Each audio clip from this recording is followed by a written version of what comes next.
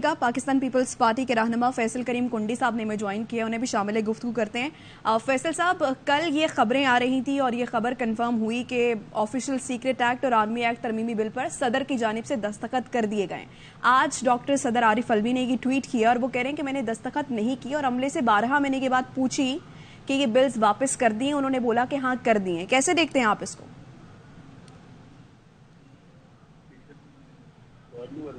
बिस्मिल्लाहिर्रहमानिर्रहीम। देखें, मुझे नहीं पता कि आरिफ अलवी साहब क्या कह रहे हैं, परसों आपके चैनल से हमने देखा कि उन्होंने बिल पे साइन किए हैं। आज वो ट्वीट करते हैं कि मुझे पता नहीं है किसने साइन किए हैं। तो अब ये इतने जिम्मेवार होते तो अगर ऐसा गैर जिम्मेवार शख्स बैठे हैं जो 2 दिन बाद कहते हैं कि मुझे पता ही नहीं है, तो मैं नहीं समझता कि इनको फिर प्रेसिडेंसी में बैठने की कोई वो तुक बनती है कि वो प्रेसिडेंसी में बैठे। जब 2 दिन सारे मीडिया एजेंट्स में चल रहा है कि वो साइन कर चुके हैं और अडॉप्ट हो चुके हैं, तो आज उनको ख्याल आया है कि मैंने साइन नहीं किए हैं। जैसे मैं समझता हूँ गैर जिम्मेवार ऐसे गैर जिम्मेवार शख्स को प्रेसिडेंसी में फिर बैठना भी नहीं चाहिए, फिर उनको अपने ओहदे से इस्तीफा देना चाहिए।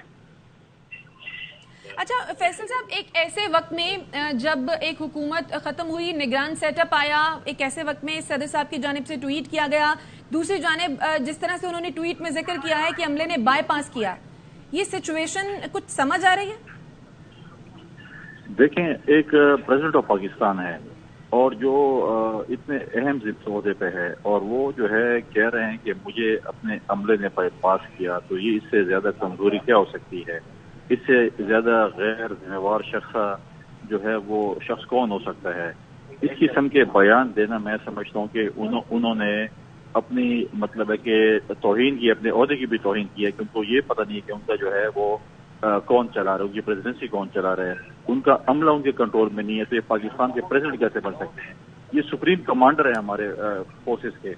जब इस किस्म के सुप्रीम कमांडर, फिर मैं नहीं समझता कि सुप्रीम कमांडर जो है ओहदे पे रह सकता है और प्रेसिडेंट रह सकता है जो इतना अपने प्रेसिडेंसी को नहीं चला। तो इसको चाहिए कि फिर फौज जो है फिर वो डिजाइन करे इस ओहदे से।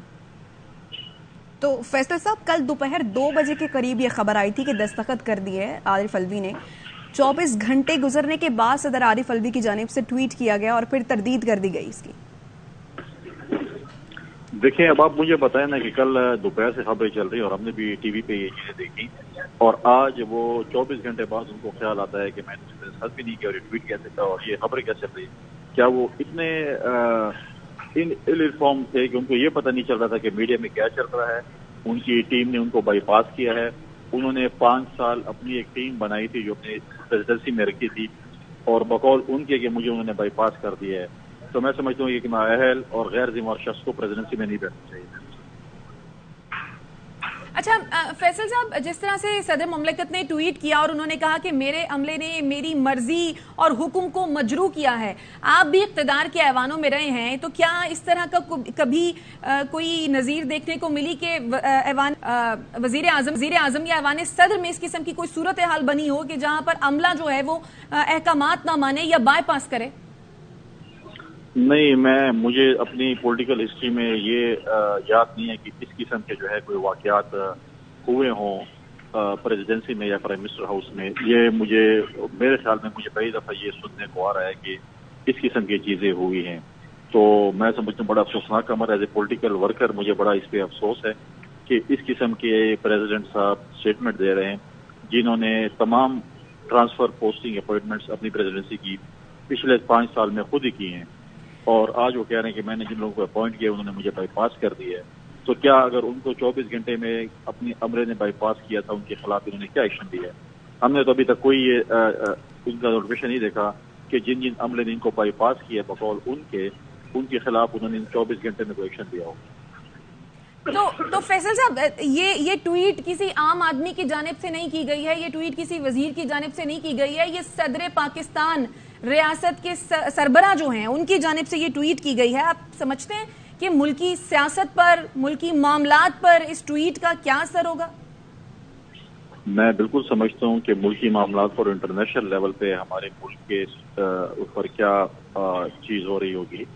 और ये वही, क्योंकि ये प्रेसिडेंट बन गए थे, इस प्रेसिडेंसी से पहले अगर आप देखें ये पीटीवी जो बिल्डिंग पे जो हमला हुआ था उस केस में उस पर जो है उनको नामजद किया गया था।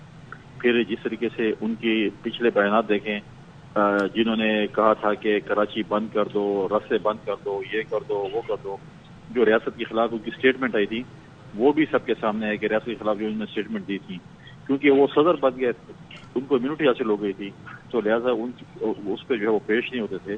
لہٰذا اس قسم کے لوگوں کو پریزیڈنسی میں بیٹھنا میں سمجھتا ہوں کہ پریزیڈنٹ ہاؤس کی بھی توہین ہے.